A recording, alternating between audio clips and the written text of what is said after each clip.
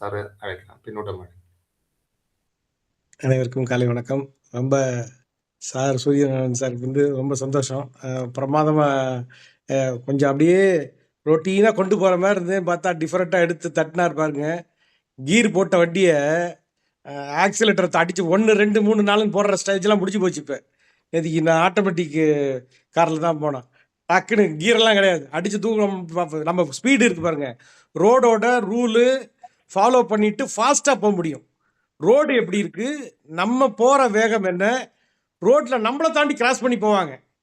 ரோட்டில் இருக்கக்கூடிய இம்பார்ட்டன்ஸ் என்ன, எதை பார்க்கணும், left mirror, right mirror, back mirror, பின்னாடி இருக்கிற மிரரை முன்னாடியே காமிக்கிறது, இது எல்லாத்தையும் அதெல்லாம் யோசிக்க வச்சுங்க.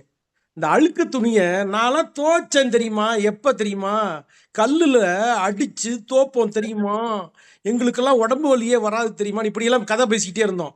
பார்த்தா அழுக்கு துணியை ஊற வச்சு வாஷிங் மிஷினில் போட்டு அப்படியெல்லாம் நீங்கள் பிரித்து மேஞ்ச மாதிரி இருந்தது சார். நிறைய விஷயத்த, அதாவது நான் துணியை வாஷ் பண்ணுறதுக்கு தான் நான் லிக்விடை போடணும் அப்படின்னு தாண்டி ஸ்மெல்லுக்கு உண்டான இம்பார்ட்டன்ஸை கொடுத்து பிரைட்னஸை கொண்டு வந்து அயன் பண்ணி வெளியில் வர மாதிரி மிஷின் ரெடி ஆயிடுச்சு இன்னைக்கு.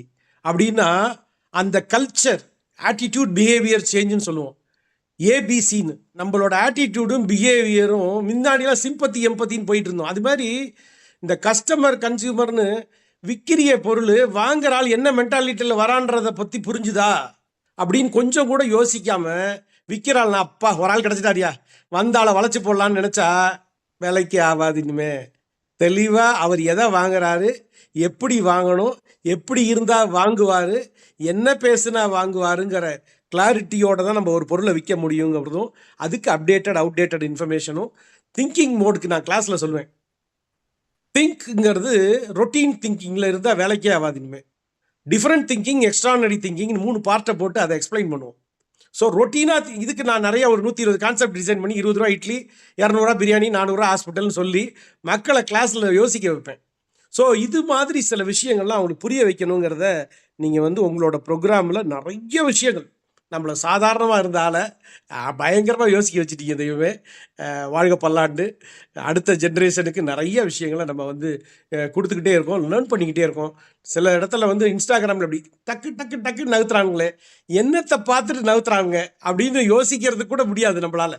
ஸோ அதெல்லாம் நம்ம we have to observe more, we have to learn a lot.